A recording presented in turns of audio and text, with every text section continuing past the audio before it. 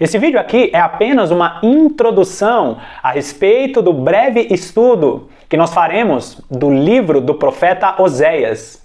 E eu quero te dar 5 motivos para que você acompanhe esse estudo até o final. Então, o primeiro motivo que você tem aí para acompanhar esse estudo até o final é para compreender algumas profecias do Antigo Testamento.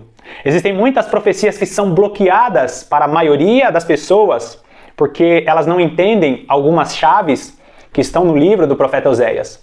Segundo motivo para que você acompanhe esse estudo até o final é compreender as profecias que estão no livro de Apocalipse. O livro de Apocalipse contém ali muitas simbologias, existem muitas figuras, e o livro do profeta Oséias nos ajuda a compreender essas figuras. Terceiro motivo para que você acompanhe esse estudo até o final é saber que não existe diferença entre judeus e gentios na nova aliança.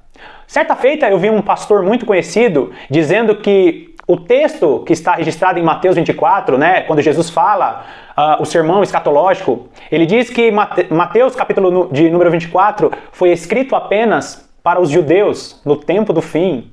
Quando na realidade, Jesus, quando ele fala do seu povo no tempo do fim, ele está falando da igreja, que é a junção de judeus e gentios. Quarto motivo para você entender ou para você acompanhar esse estudo até o final é saber que dentro do livro do profeta Oséias existe uma palavra específica ao seu coração, uma palavra específica para abençoar nessa situação que você tem passado aí na sua vida.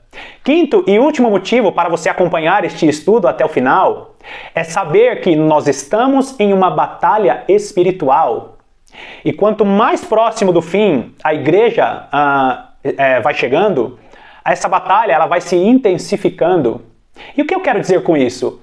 Que você precisa estar preparado ou preparada para esta batalha, porque se a batalha ela vai se intensificando, as suas armaduras precisam estar de acordo com essa batalha intensa. O alimento que você se alimenta para uma batalha, para uma guerra, precisa ser um alimento sólido.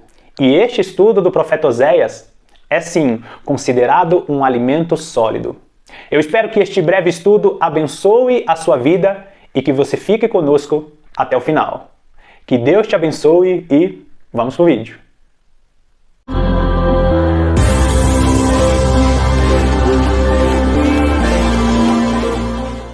O nome Oséias vem de uma palavrinha em hebraico que significa ajuda ou salvação.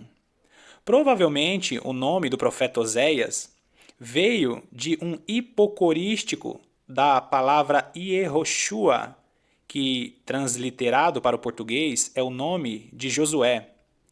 Yehoshua significa Yahvé é salvação. Muitos estudiosos acreditam que a palavra, o nome Oséias, é uma espécie de apelido ou nome carinhoso para chamar alguém com o nome de Josué. Então, o próprio profeta Oséias, ele é uma espécie de figura do nosso Senhor Jesus Cristo.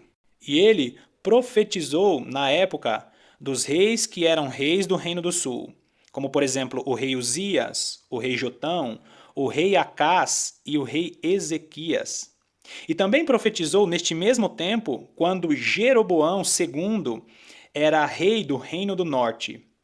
Alguns estudiosos vão relatar que o profeta Oséias profetizou entre os anos 755 a 715 a.C. E provavelmente ele foi contemporâneo dos profetas Isaías, Amós e Miqueias. Acredita-se que o ministério público do profeta Oséias tenha durado mais ou menos neste tempo, de 755 a 715 a.C. E nós conseguimos reparar que a mensagem do profeta Oséias, o livro, tem um tom um pouco dramático. E não poderia ser diferente, porque o casamento do profeta Oséias foi uma demonstração daquilo que Deus estava querendo fazer a respeito da infidelidade do seu povo. O casamento literal do profeta Oséias tipifica o casamento de Deus com seu povo. E nós vemos que o tema central da mensagem do livro de Oséias é o casamento de Deus e a infidelidade descrita como um adultério. Deus manda o profeta Oséias casar com uma mulher que era prostituta.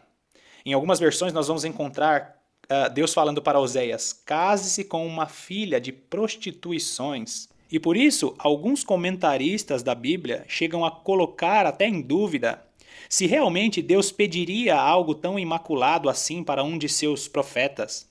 Será mesmo que Deus mandou um santo profeta casar-se com uma prostituta? Bom, isso pode nos causar muita estranheza, mas tudo leva a crer que realmente aconteceu da mesma maneira de como foi escrito. E nós vemos também que Deus envia mensagens proféticas através dos filhos do profeta Oséias.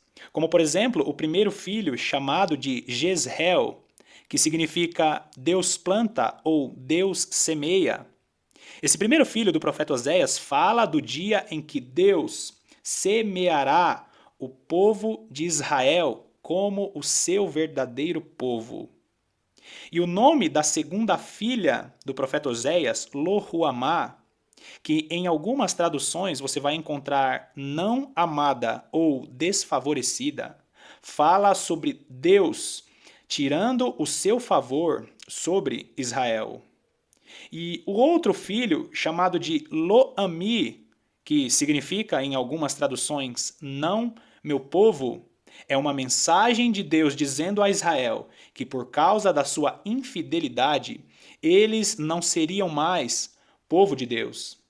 E ainda dentro dessa história, nós vemos Deus pedindo para o profeta Oséias perdoar a sua esposa e trazê-la para casa depois de uma traição, mostrando assim que o povo de Israel tinha se prostituído espiritualmente e que Deus estaria trazendo o povo de Israel de volta para casa, de volta para a presença de Deus.